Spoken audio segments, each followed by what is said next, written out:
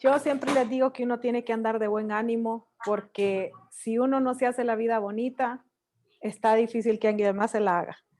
Es verdad. Así Somos que dueños de nuestro propio destino. así es.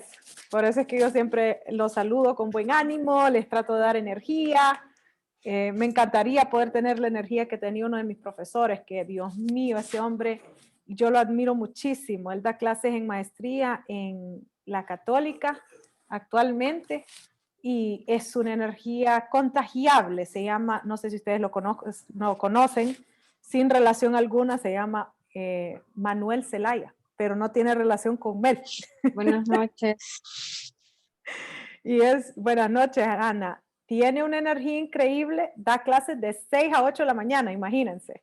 Y lo contagia uno llega feliz al trabajo después de estar con él. Así que trato de ser un poquito como él, pero nunca tengo esos niveles, les digo yo, de energía. Es impresionante. Bueno, muchachos, estoy con ustedes nuevamente preguntándoles que en qué les puedo ayudar, en qué les puedo servir para que saquemos ese 100. Cuéntenme. Hola, Emily, cuénteme. Buenas noches, abogada. A mí me gustaría que me diera un repasito con lo que es la jurisdicción. Ok, el último de los métodos de solución o uso de la paz. Empezamos diciendo de que es un método heterocompositivo, que eso es lo que significa es que usted lo somete a un tercero que usted no escoge y la solución es obligatoria. Eso es lo que significa, ¿sí? Entonces, cuando ya vamos a el método de la jurisdicción o el método jurisdiccional, decimos que este es el último método disponible antes del uso de la fuerza. Significa que nosotros no escogemos a los jueces. La jurisdicción, yo no elijo a los jueces. Ya los jueces existen, están en un foro permanente y están siempre dispuestos a impartir justicia. Es decir, ese es su trabajo. Ellos no tienen otro trabajo. No son como yo, que soy árbitro y tengo trabajo de catedrática y tengo trabajo de consultora y tengo trabajo de negociadora. Tengo muchos trabajos, ¿no? Esto es muy distinto. Esto ya estamos diciendo de que ellos son jueces. Ese es su trabajo. De vez en cuando, ellos que son jueces dan clases, pero es de vez en cuando. Tal vez dan una conferencia, muy de vez en cuando. Su trabajo es ser juez. Así como los jueces que ustedes conocen que les imparten cátedra aquí en Honduras. Esos jueces que ustedes conocen que les imparten cátedra aquí en Honduras, pueden ser que impartan cátedra, pero su trabajo, o sea, el sustento, de donde ellos tienen su sustento, es por ser juez. Entonces, este es un trabajo, usualmente es mutuamente exclusivo con otros trabajos, y ellos ya están dentro de un foro que ya está establecido. Eso puede ser denominado en el ámbito interestatal y se puede determinar como Corte Interamericana de Derechos Humanos, Corte Europea de Derechos Humanos, Corte de los Pueblos Africanos. También puede ser llamada Corte Internacional de Justicia, Corte Centroamericana de Justicia, y estos diferentes foros ya existen, son permanentes, uno no los crea para esta instancia jurisdiccional. Y lo tercero que es importante sobre la instancia jurisdiccional es que emiten sentencias, esa sí es una palabra que ustedes han escuchado antes, que son de 3 características. Obligatorio, que significa que tengo que hacer lo que ahí dice que yo tengo que hacer. Tengo que pagar, tengo que crear un monumento, tengo que, no sé, en el caso de Janet Caguas, por ejemplo, hacer una reserva biológica, tengo que pedir disculpas, tengo que publicarlo, o sea, ahí me van a decir qué es lo que yo tengo que hacer. Esa es la parte que es obligatoria. La segunda es la parte que es vinculante, y esa parte vinculante significa que yo lo que tengo que hacer va a afectar otras cosas. En otras palabras, si yo tengo que dar 10 millones de dólares por un caso de derechos humanos que acabo de perder, se lo tengo que entregar a la víctima de manera directa o a sus herederos, estoy hablando en casos quizás de derechos humanos, ahí es donde vemos esas cosas, pues yo tengo que sacar ese dinero de algún lugar. Y ese lugar de donde yo lo voy a sacar es de las escuelas, de los hospitales, del pago de los salarios administrativos, quizás van a salir de cobrarle más impuestos a los hondureños, van a salir quizás de dejar de invertir el dinero en algún fondo que nosotros tengamos. Entonces, de algo tiene que salir eso que nosotros hacemos. Ejemplo, la biosfera que ahora se llama Janet Caguas, no siempre se llamaba Janet Caguas. Le tuvimos que cambiar el nombre. Eso es vinculante. Se vincula que antes tenía un nombre y ahora se llama Janet Caguas.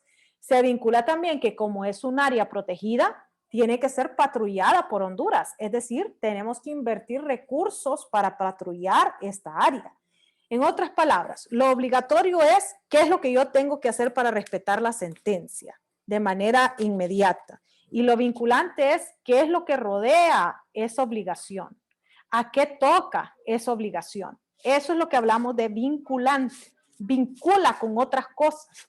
No vivimos en una isla y las sentencias no se hacen en una isla. Entonces, es vinculante porque vincula otros aspectos.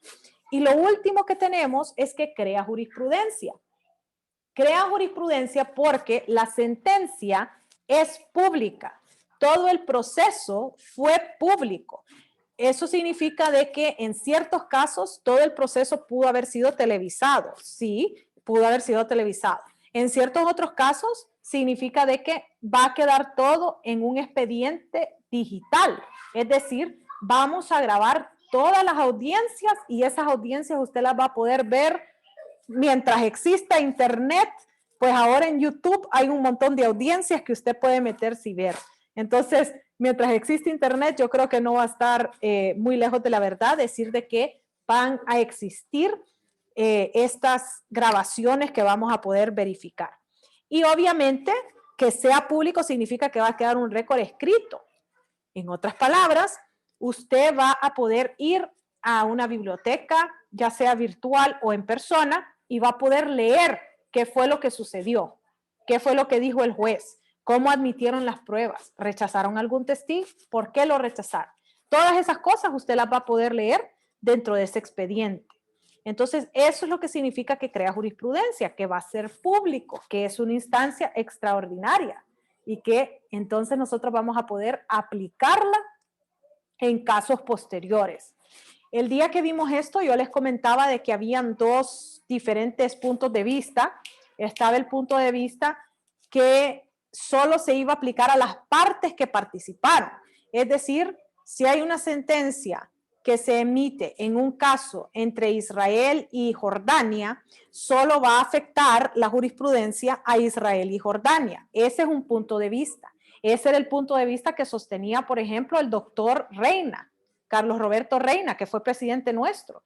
Él fue presidente justamente de la Corte Centroamericana y de la Corte de Derechos Humanos, un jurista muy reconocido a nivel latinoamericano. Y él sostenía la tesis de que esa jurisprudencia solo se le aplicaba de manera exclusiva a los que habían sido partes en ese juicio. Entonces, si era Jordania e Israel, esa era jurisprudencia para Jordania e Israel. Y luego tenemos otros juristas que tienen otra opinión y esa opinión dice que ese le aplica a todos los que pertenecen al foro. Es decir, que si Honduras pertenece a la Corte Internacional de Justicia y la Corte Internacional de Justicia dicta esta sentencia en el caso de Jordania e Israel, a nosotros también nos aplicaría la jurisprudencia. Eso es lo que es la otra tesis.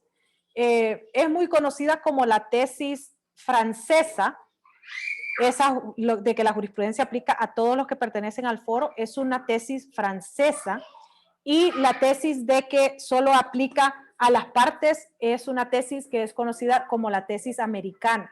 Y en el amplio sentido de América, es decir, de los Estados Unidos hasta, bueno, desde Canadá hasta Tierra del Fuego, ¿verdad?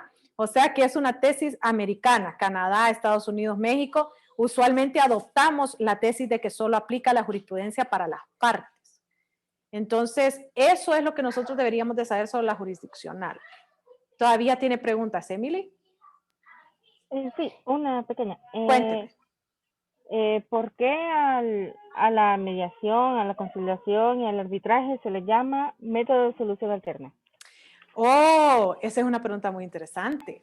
Estos son conocidos como métodos de solución alterna porque antes, si usted mira este cuadro de acá, usted va a ver que existen los métodos de conocimiento, los métodos autocompositivos y los métodos heterocompositivos. Antes, adentro de los métodos autocompositivos, solo existían los buenos oficios. Y dentro de los métodos heterocompositivos, solo existía la jurisdicción. ¿Qué es lo que nosotros hemos visto? Que no es lo mismo ser un negociador a ser un mediador. No es la misma función la que tenemos, porque el negociador lleva su postura. El mediador es imparcial.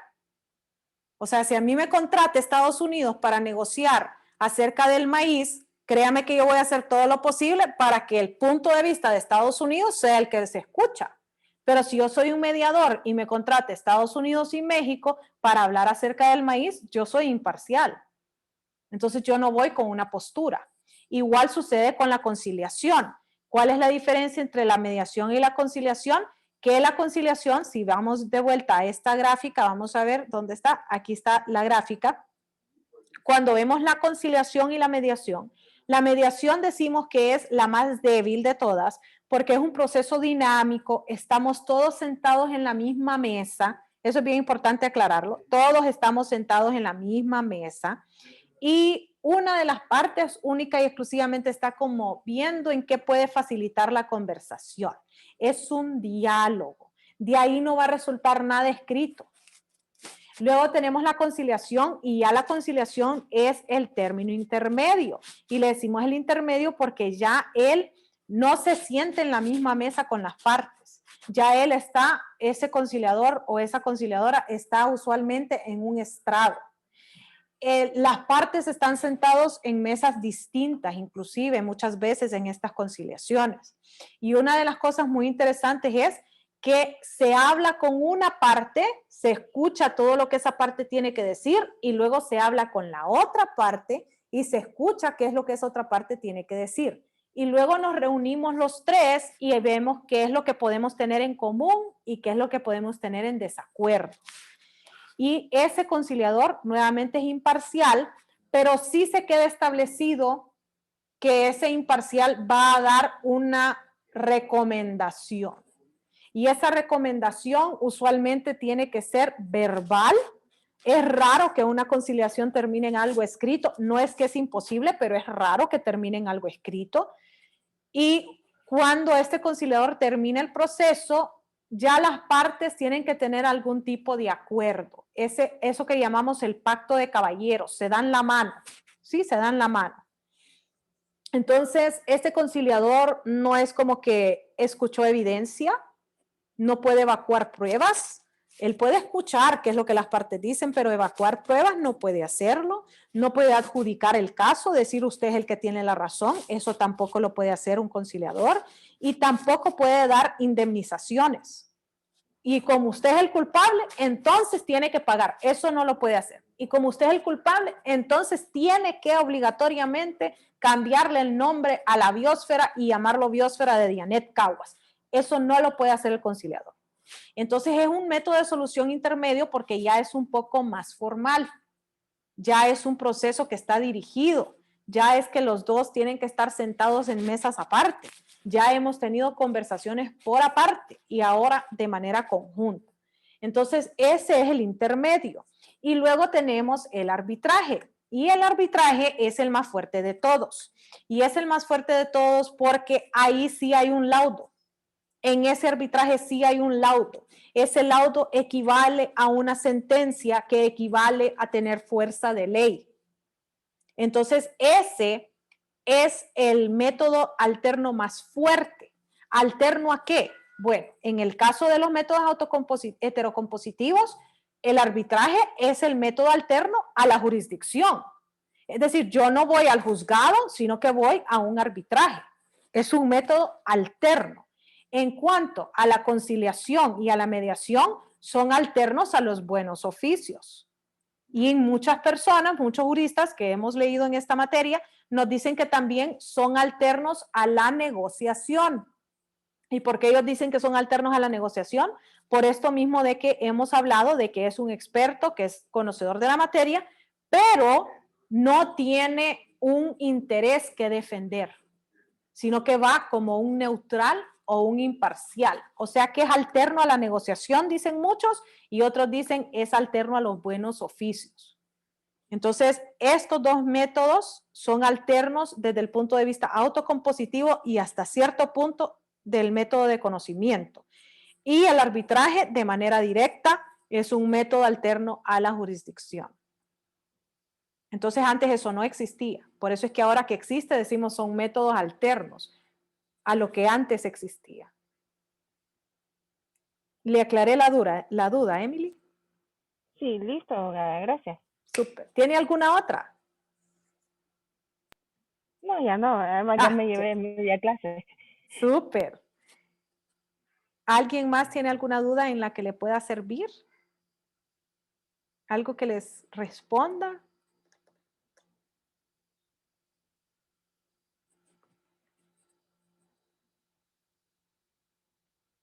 No, ustedes, está todo claro. Claro como el río Choluteca o claro o claro como el agua que estoy tomando ahorita. Cuéntenme, ¿qué tipo de claridad tienen?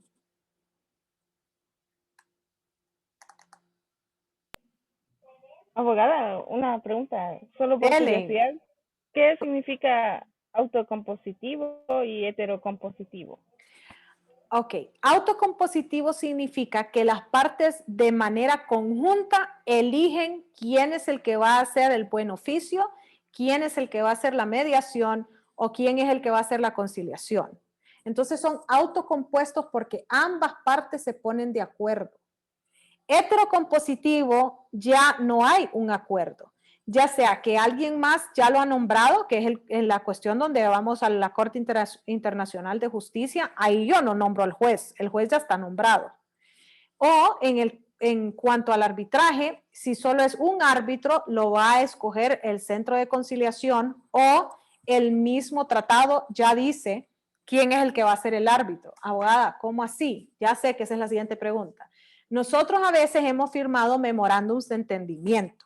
Los memorándums de entendimiento son un tipo de tratado. Eso ustedes lo miran y Erlinda y Graciela me van a matar por decir esto, pero eso ustedes lo miran en la clase de tratados. Mire, solo levantaron las cejas. En clase de tratados ustedes tienen que ver justamente eso, que un tipo de tratado se llama memorándum de entendimiento. Y ese memorándum de entendimiento a veces adentro de las cláusulas dice, en caso de controversia, tiene que ser solucionado por la abogada Iris Gómez, así, con nombre y apellido.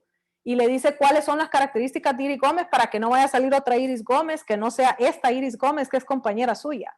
Es mayor de edad, es casada, al momento de la firma de este memorándum trabaja para Didapol, ¿ok? Entonces ya sabemos exactamente quién es esa Iris Gómez. No vamos a estar inventando que Iris Gómez es más bien alguien que vive en Sabana Grande y trabaja en la Chiclera San Juan y está estudiando odontología. No, no es la misma. Entonces, adentro de esos memorándum de entendimiento, a veces ustedes pueden encontrar específicamente quién es el árbitro, pero eso es muy raro. Que se haga, es rarísimo dentro de uno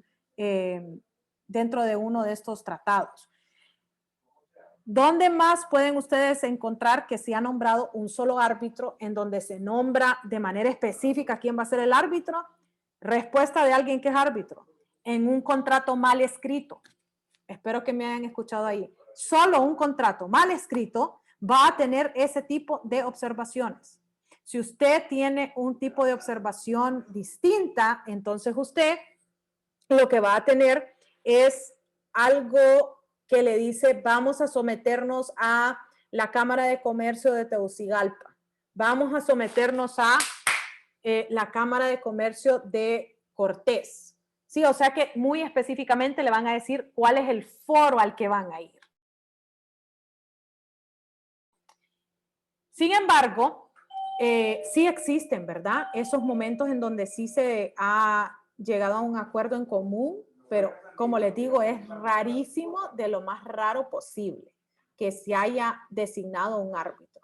Usualmente lo que sucede es que ese árbitro es nombrado como neutral por la Cámara y luego existen dos árbitros más. Es rarísimo que solo exista uno, especialmente cuando son cuestiones estatales.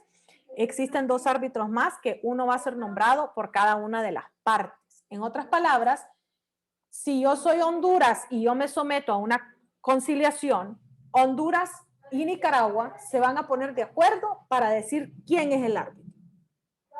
No, solo van a ponerse de acuerdo para decir quién es el conciliador, quién es el mediador. Por eso es que es autocompositivo.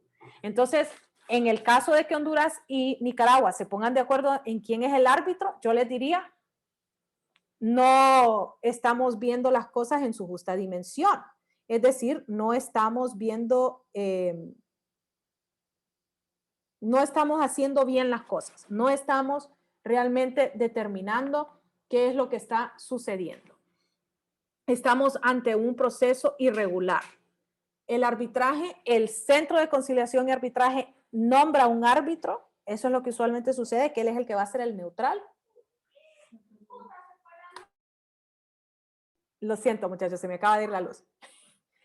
Entonces tengo el neutral, que es el que me va a ser nombrado por el Centro de Conciliación y Arbitraje, y luego tengo el que va a nombrar Honduras y el que va a nombrar Nicaragua. Y el que va a nombrar Honduras, pues quizás al nicaragüense no le caiga bien, pero usted no tiene el derecho a decir, tiene que dejar de ser mi árbitro porque no me cae bien.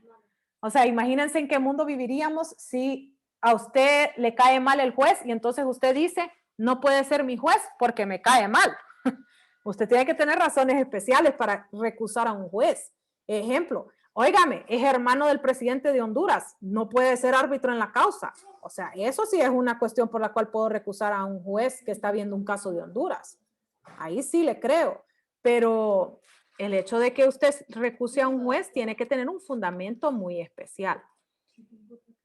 Entonces, la diferencia entre los métodos autocompositivos y heterocompositivos es que en los autocompositivos las partes se ponen de acuerdo para nombrar a esa persona. En los heterocompositivos las partes no se ponen de acuerdo para nombrar a ese que va a emitir el laudo o emitir la sentencia.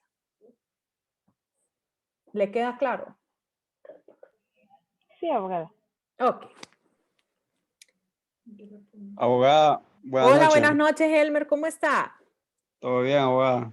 Gracias por la ayuda de ayer, abogada. Ajá, perfecto. No se preocupe. ¿Te está llevando alguna clase? Sí, estaba con una clase de Derecho Notarial y estaba ahí. Oh, Sí, sí, eso es bien abogada, interesante.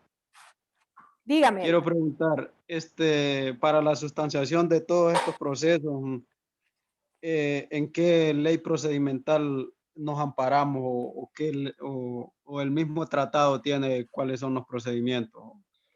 Ok. ¿Cómo se sustancia eso? La emisión, la negociación es por medio de las leyes nacionales o federales, es decir, por medio de las leyes republicanas y las leyes federales. ¿Por qué decimos eso? Porque la ley de Honduras es el que dice cuáles son los requisitos y cuáles son las necesidades que tiene que tener cada uno de esos representantes estatales. Y luego, para la función diplomática en general, es decir, cuáles son esas que nosotros usualmente llamamos y que le gusta mucho a las personas, las inmunidades diplomáticas, las encontramos en Viena, en una de las famosas convenciones de Viena. Ahí es donde la encontramos, que también la tuvieron que ver en Derecho de los Tratados. Y me va a matar Erlinda y me va a matar Graciela por decirlo. Entonces, emisión y negociación lo encontramos ahí. En las leyes federales o las leyes republicanas, y las encontramos de manera muy general en la Convención de Viena.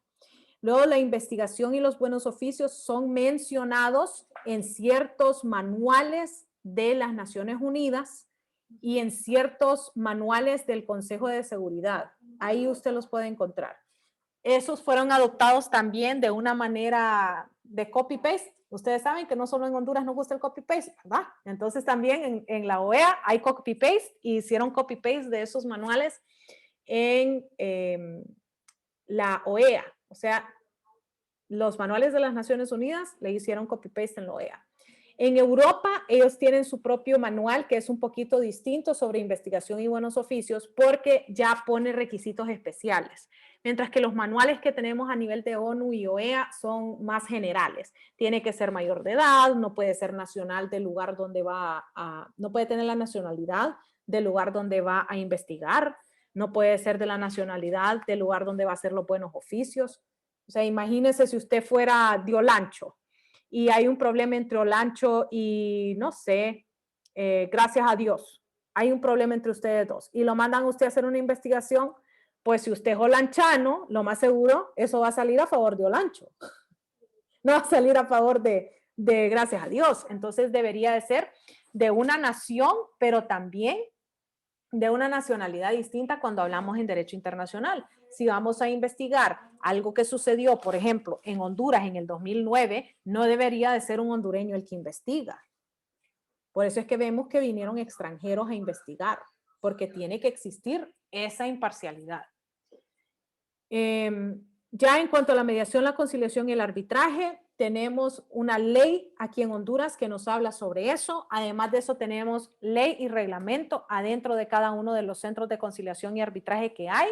Existe el de la Cámara de Comercio de Tegucigalpa, de Cortés, existe también el del Colegio de Abogados, al que yo no pertenezco, y muchos me han dicho que por qué no, y la verdad es que no he tenido tiempo. Esa es mi respuesta. No he tenido tiempo de hacer el proceso, porque el proceso para convertirse en parte del centro conlleva, número uno, tener que hacer el curso de entrenamiento, y desde ahí ya no me alcanza el tiempo, pero además de eso, tiene usted que ir a hacer todo un proceso de certificación, desde que le tiene que dar una constancia al juzgado de familia de no tener juicios pendientes, hasta, bueno, tener que ir a la Procuraduría Nacional de la República para que también le den un certificado que no tiene cuentas pendientes con la República de Honduras. Entonces, esa es la razón por la cual no me he certificado. Pero sí, cada uno de estos centros tiene su propio reglamento, la mayoría tiene su propia ley, y a nivel de el centro arbitral de la Corte Internacional de Justicia y el centro arbitral de la Corte Centroamericana de Justicia, ellos también tienen su propia ley y su propio reglamento. Ya en cuanto a lo jurisdiccional, eso es a base de los tratados. Adentro de cada tratado, usted va a ver que sale reflejado cuáles son esas estipulaciones que nosotros tenemos que seguir. Y el proceso que se sigue usualmente es de acuerdo al sistema normativo externo coercitivo consuetudinario, así se llama. El sistema normativo externo coercitivo consuetudinario. Usualmente nosotros vemos los sistemas, los diferentes sistemas normativos, los vemos en la clase de Derecho de Integración y en la clase de Derecho Internacional Privado. Ahí es donde se ven los diferentes tipos de sistemas normativos. Aquí en esta clase les expliqué lo que era el sistema normativo, pero nunca hablamos sobre los diferentes 6 sistemas normativos que existen. Entonces, usualmente en cuestiones de proceso, se utiliza el sistema normativo externo coercitivo consuetudinario, en donde se usa primero el uso y la costumbre y luego de segundo se usa la jurisprudencia. Esa es la jerarquía aplicativa. Entonces sí, cada uno de estos tiene su fundamento legal, cada uno de estos tiene su reglamentación, pero varía de estado a estado y de momento a momento dónde es que yo voy a encontrar el fundamento para poder realizarlo. Gracias, abogada. Gracias. A la orden, Elmer. Creo que Jairo levantó la mano. ¿Jairo?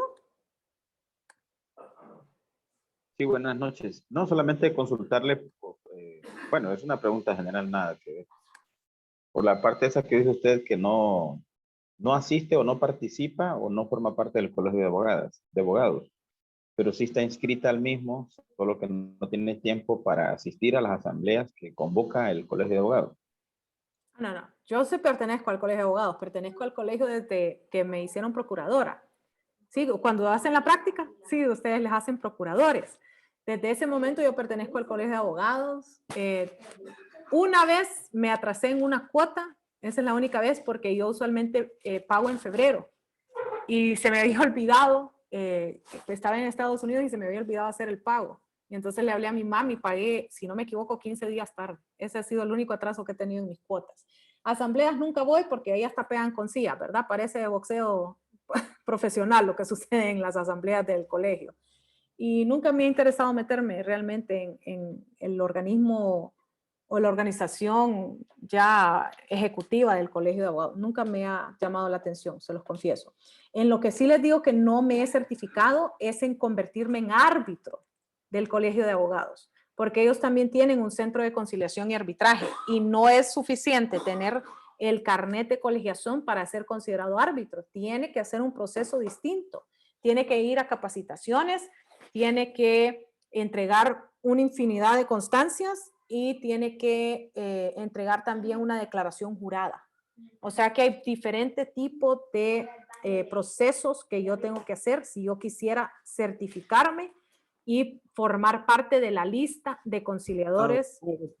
¿Verdad? Discúlpeme. Declaración jurada. Sí, tengo que dar una declaración jurada de que no he cometido ninguna falta, sanción y no recuerdo qué más tengo que decir en esa declaración jurada, que no he cometido faltas, sanciones o actos inmorales, algo así dice. Ellos ya le dan el formato y usted básicamente va y jura de que eso es lo que, lo que tiene que jurar. Eso es lo que sucede en la gran mayoría de los centros. Dicho sea de paso, usted tiene que dar una declaración jurada de que usted, aunque no tenga récord penal, aunque no tenga récord policial, no ha cometido ninguno de estos crímenes, faltas, sanciones y demás. O sea que no basta solo con no tener récord, sino que también tengo que jurar que no he cometido estos actos. ¿Ok?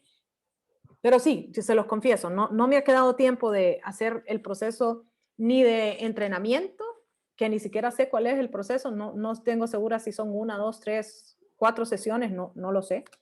Entonces no me ha quedado tiempo de hacer eso y tampoco me ha quedado tiempo de ir a buscar todas esas certificaciones porque tengo que ir al SAR, tengo que ir a la DEI, porque tengo que ir al SAR, tengo que ir a la Procuraduría, tengo que ir a la Fiscalía, tengo que ir, ¿dónde más?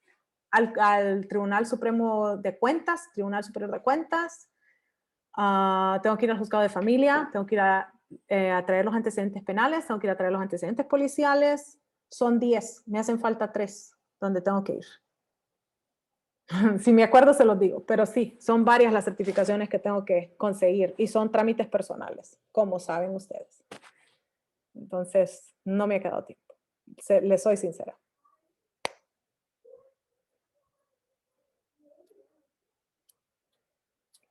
Creo que le aclaré. Eso es en el punto del arbitraje, ¿verdad? Correcto. O sea, ser miembro del colegio de abogados no es lo mismo que ser miembro del Centro de Conciliación y Arbitraje del Colegio de Abogados. No es lo mismo. Correcto. Entonces, la siguiente pregunta es encaminada a eso, debido a que usted no tiene toda esa documentación y no está debidamente inscrita en esa oficina de árbitros, siempre a usted la buscan para poder ejercer sus oficios en esta área o no.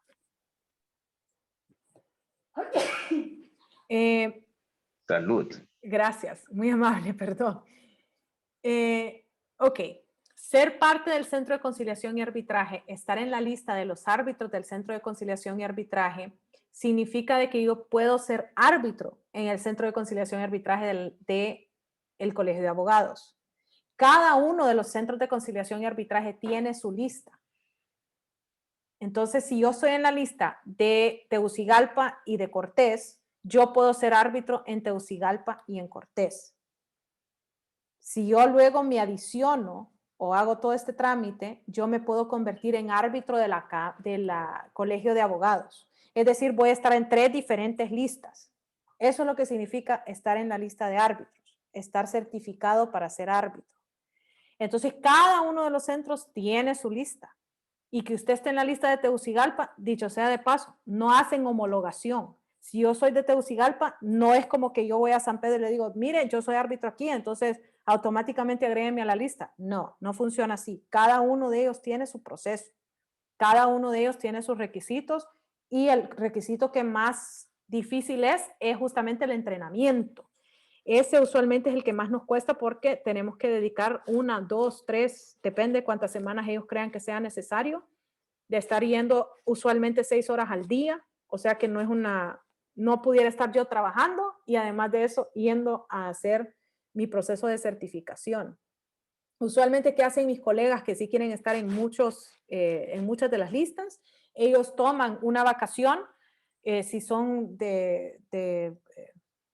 independientes, toman una vacación y toman su proceso de certificación en esos momentos. Cuando tienen juicios activos, usualmente lo que hacen es que nombran un sustituto por ese tiempo y así pueden de alguna manera poder certificarse.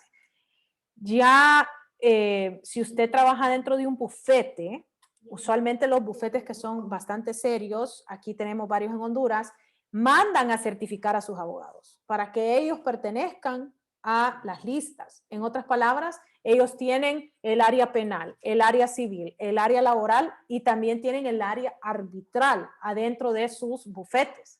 Y entonces parte de su trabajo, es decir, que es su trabajo, es ir a certificarse. Entonces, depende, la palabra favorita de los abogados, depende qué es la finalidad que usted busca y dónde usted trabaja, es que usted va a pertenecer a las listas que pertenece. Sí. Una cosa, dicho sea de paso, una cosa es que a mí me busquen como árbitro y otra cosa es que a mí me busquen como abogada para llevar un arbitraje. Esas son dos cosas distintas. No es lo mismo ser juez a ser el procurador que litiga ante el juez.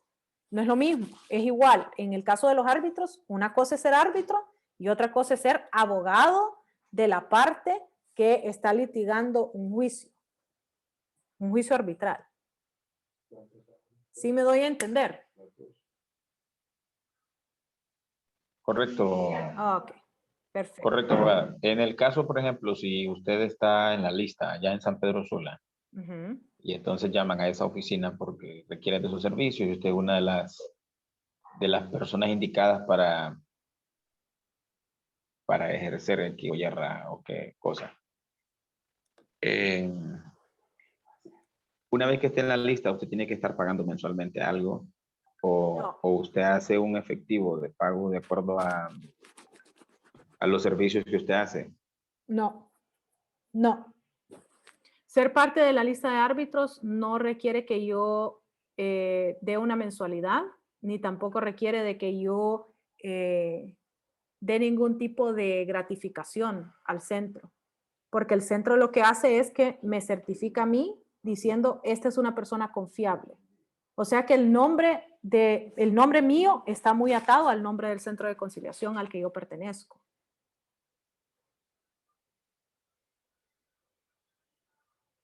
Bueno, les voy a decir algo. Al menos que yo sepa, no se hace alguna mensualidad. O sea que de los centros de conciliación y arbitraje que yo conozco, no se hace ninguna mensualidad. Puede ser que tal vez no conozca alguno en África o en algunos países asiáticos que obliguen a las personas que estamos certificadas y somos árbitros a pagar una mensualidad. Puede ser que uno de esos, que se los digo en estos momentos, no puedo pensar en los 193 estados de las Naciones Unidas, no conozco todos los centros de conciliación como para decirles absolutamente ninguno, pero a los que yo pertenezco y a los que yo conozco no nos hacen hacer ninguna mensualidad.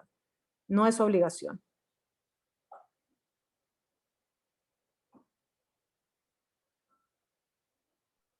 Ni tampoco en el colegio de abogados. No, tampoco en el colegio de abogados no hay ninguna mensualidad.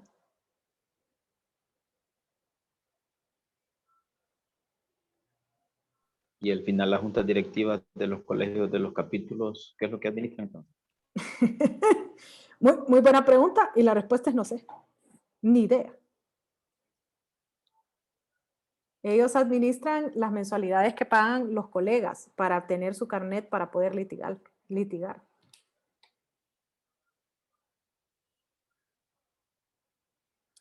que la mensualidad que estamos pagando 260 y algo, 270 al mes es lo que nosotros estamos pagando. Antes nos De incluía, casi- no sé si ustedes saben la controversia, ¿verdad? Antes nos incluía el seguro médico. Antes esa mensualidad incluía el seguro médico. O sea, yo estuve asegurada, creo que la primera que tuve fue de Banco Atlántida. Luego nos movieron para MAPFRE. Para mí MAPFRE fue lo mejor, era la más eficiente de todas. La aceptaban en Farmacia del Ahorro, en Pharmacity, antes cuando Pharmacity era más grande. En Farmacia del Ahorro, en Pharmacity, y la aceptaban en la Regis también. Luego nos cambiaron para Ficosa y ahora es que no hay fondos. Esa es la controversia que hay ahorita, ¿verdad? Que no hay fondos, no sabemos dónde están los fondos, como siempre. Y el conflicto que hay ahorita es que ahora uno tiene que pagar por el seguro, cuando antes eso era parte de la colegiatura.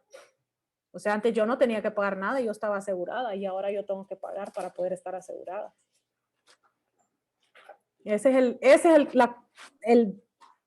Bueno, el problemática que tenemos nosotros ahorita en el colegio es esa, que antes sí, con mi colegiatura, que antes, dicho sea de paso, no eran 270, cuando yo empecé a pagar eran 170, y con los 170 yo tenía mi seguro que era del Banco Atlántico, para que miren cómo están las cosas, ¿verdad? Es que también ha habido palco de dinero ahí también. Uf, hay un preso, varios presos, hay como 3 presos ahí, justamente por eso. Abogada, y en ese caso no existe, por ejemplo, el caso de los maestros que tienen una pensión al jubilarse, el abogado, pues tengo entendido que no se jubila, con tal que sea, Sí, el abogado se jubila a los 60 si sigue no está litigando, trabajando. pero no se jubilan los abogados y no salen con una pensión de parte del Según, capítulo. no, según vamos a ver cómo se llama, tiene una división, eh, la división de jubilados. No sé, honestamente no sé cómo se llama, pero sí, no importa si usted es o no es activo. Si usted ya llegó a los 60 años de edad y sigue litigando, entonces no le dan su jubilación, pero al llegar a los 65, si usted ya llegó a los 65, aunque usted siga litigando, aunque usted sea magistrado de la Suprema, no importa el puesto que usted tenga, le empiezan a pagar, si no me equivoco, en estos momentos es 4,000 empiras al mes. No es mucho, pero resuelve, muchachos. 4,000 empiras al mes es lo que están pagando ahorita. Y le dan 13º y 14º, dicho sea de paso. De perenne. Disculpe. De perenne mientras de perenne mientras el individuo exista. Sí, sí, sí. Y Pues también ahí estarían del tenemos, Cristo, por eso usted que no hay. y también tenemos que ese sí todavía existe con parte de la colegiatura. Cuando usted se muere, le dan 100,000 empiras para enterrarlo. O sea, para sus gastos fúnebres. Tenemos para gastos fúnebres. Y se da 100,000 empiras Gastos por fúnebres. gastos fúnebres, sí. Ese también todavía sigue cubierto por la colegiatura.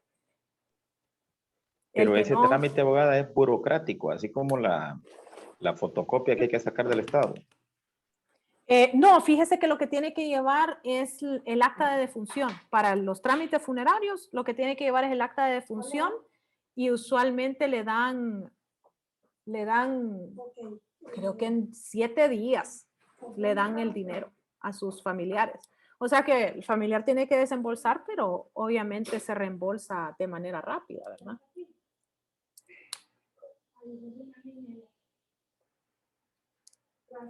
Sí, así que sí tenemos ciertos beneficios todavía, pero obviamente el que más nos afectaba a la gran mayoría de los colegiados era esta cuestión de el seguro de salud.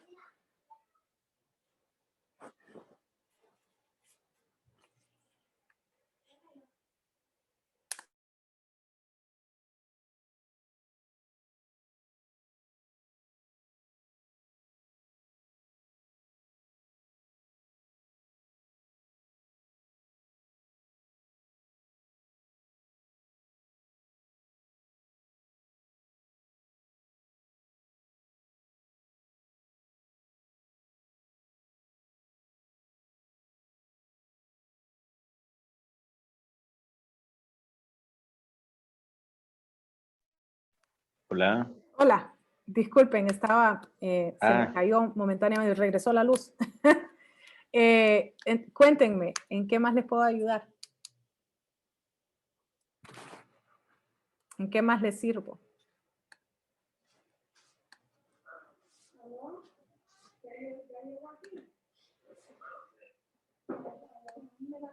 Abogada, Dígame.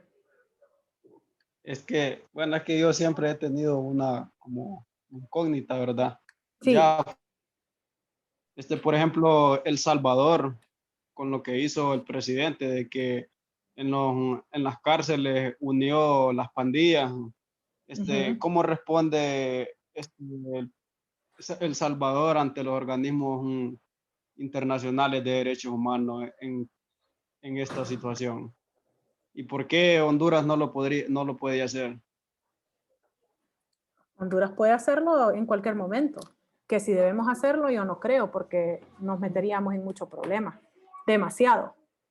¿Qué le contesta El Salvador a los organismos internacionales? Especialmente a las ONGs, porque son ONGs de derechos humanos que le hacen los reclamos. Le dice, gracias por su observación. Esa es la respuesta que se da. Gracias por su observación. Vamos a tomar en consideración su recomendación. Y ya. Eso es todo lo que Pero no, Dígame. pero no es sancionado El Salvador en cuanto a esto, pues. ¿Pero por qué lo va a sancionar? Esa es mi pregunta. Y no estará violentando, por ejemplo, aquí en Honduras yo he visto, ¿verdad? Que hay organismos de de derechos humanos, perdón, que van a las cárceles y que van a ver cómo están las condiciones de los presos y todo eso. Y pues si ellos encuentran anormalidades en las cárceles, ya hacen informes para, no sé, para cambiar al director de la cárcel y todo eso. Entonces, El Salvador no estaría violentando esos derechos humanos de esos presos, pues. Ok, empecemos. Violentando un derecho no se puede violentar porque no es algo físico. Violar, estarían violando los derechos humanos. La respuesta es no, porque no existe el derecho humano a usted estar en su propio módulo con sus propias condiciones y con todos los lujos. Eso no existe. Lo que existe es el derecho humano a que en la cárcel se le resguarde su vida. Eso sí tenemos. Entonces, eso de resguardar su vida, su salud, eso es una cuestión muy interesante que lo vemos en derechos humanos. Ahorita lo estamos viendo en derechos humanos, dicho sea de paso. Cuando nosotros hablamos de cuáles son los derechos que tiene un reo, o sea, es decir, alguien que ya ha sido condenado y esté en la cárcel por su condena, no el que esté esperando condena, ya el que ha sido condenado. Cuando usted ya ha sido condenado, a usted le interponen la interdicción civil. Y si ustedes recuerdan, cuando usted tiene interdicción civil, su personería jurídica es suspendida, pero su humanidad queda intacta. El humano tiene ciertos derechos que la persona, o mejor dicho, la persona tiene ciertos derechos que el humano no tiene. Y además de eso tiene deberes. Y el humano no tiene deberes y la persona sí tiene deberes. Entonces, cuando yo me convierto única y exclusivamente en un humano, ya no soy persona por esa interdicción civil, yo tengo derecho a varias cosas. Primero, a que se respete mi vida. Segundo, a tener mis alimentos. Tercero, a tener agua potable. Cuarto, a tener salud. Esos son los que yo tengo. Vida, alimento, agua potable y salud. Esos son los derechos que tengo como presidiario. Existe algo que no es un tratado, y espero que se graben esa parte, no es un tratado, que se llaman las reglas Mandela, que las reglas Mandela dicen cómo deberíamos de tratar a un reo de manera ideal. O sea, si tuviéramos todos los recursos del mundo. Obviamente Honduras no tiene todos los recursos del mundo, entonces nosotros podríamos querer tener algo así, pero no es que estamos obligados a tener algo así, ¿ok? Cuando usted decide de que usted va a poner a los presidiarios en la tolva, por ejemplo, yo escucho mucho eso, que los derechos humanos ahí andan en la tolva. diciendo, pobrecito, este marero, pobrecito, este narcotraficante, dejen que mire, que no sé qué. No, no, no, señores. Esas son, el hecho de que usted tenga el derecho, dicho sea de paso, derecho, entre comillas, a una visita, no es cierto. El derecho a la visita, usted se lo gana adentro de la cárcel. Si usted se porta bien y sigue las órdenes que se le han dado en la cárcel como un ser humano, usted puede ganarse el privilegio, no el derecho a tener visita. Mire bien cómo es eso. Ahora, si le están dando comida podrida, si le están dando agua que viene de la cloaca, si le están dando, si usted es diabético y no le dan medicina, por ejemplo, ahí sí le están violando su derecho humano. Pero no es lo mismo lo que está pasando en El Salvador, en donde el señor presidente dijo, miren señores, aquí nosotros estamos haciendo de niñeras, vayan y metan a todos esos en un solo lugar, vayan a meterlos en un solo lugar.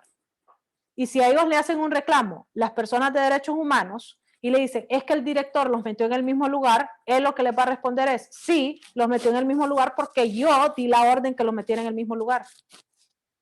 Punto. Eso es así de sencillo. Dígame, Iris.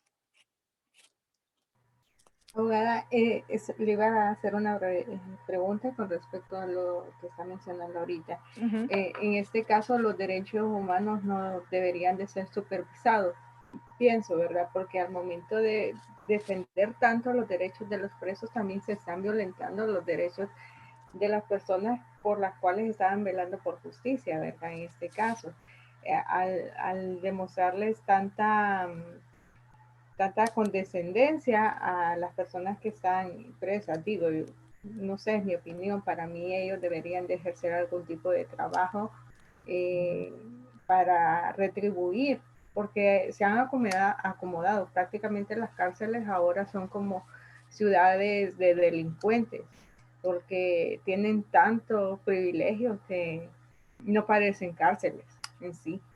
Entonces, en cuanto a lo de Bukele, no sé si está bien, para algunos estará bien, para otros estarán mal, ¿verdad? Pero creo que son medidas que se tienen que ir tomando. Sé que hay un grupo de llamado a aboliciones, ¿verdad? En cuanto a la reducción de las penas, de otro tipo de castigos. Entonces, no sé qué pasaría en este caso con los derechos humanos, si realmente velan por el derecho de las personas que también han sido afectadas debido a ellos. Sí, recuérdense que las ONGs, porque son ONGs, ¿sí? Organizaciones no gubernamentales, que nosotros tenemos tanto aquí en Honduras como afuera de Honduras, ellos tienen su misión, ellos tienen su visión. Ellos como ONG dicen, nosotros vamos a defender a delincuentes, nosotros vamos a defender a violadores, nosotros vamos a defender a asesinos. Esa es su misión. Entonces, uno tiene que tomar el mensaje de quién es el mensajero. Si el mensaje viene de alguien que me dice a mí que ellos lo que quieren es defender a el delincuente, pues tómelo de ahí. Lo que pasa es que nosotros le hemos dado demasiada importancia al que le está dando la defensa al delincuente y nos olvidamos del que le tenemos que defender, que es la víctima. Nos olvidamos de él. Entonces, obviamente, también estas ONGs tienen mucho dinero, ¿verdad? Hay que averiguar de dónde es que les viene ese dinero. O sea, a mí me parece muy raro que ciertas ONGs andan defendiendo a narcotraficantes. ¿Será que el dinero para pagar esos abogados viene de los narcos? Pregunta buenísima, que eso ya ha sido probado en otros estados y lo que hacen es suspenderle la personería jurídica a esa ONG porque tienen fondos ilícitos. Fondo de narco es fondo ilícito. Entonces sí tenemos esas cosas, sí existen. Créanme que sí existen. Ok, se nos ha terminado, sí, se nos ha terminado la hora clase, entonces que tengan una muy buena noche, espero que les vaya muy bien en su examen, les recuerdo que abre hoy a las 11:59, ¿sí? Buenas noches, muchachos. Gracias. Gracias, Muchas gracias. abogada.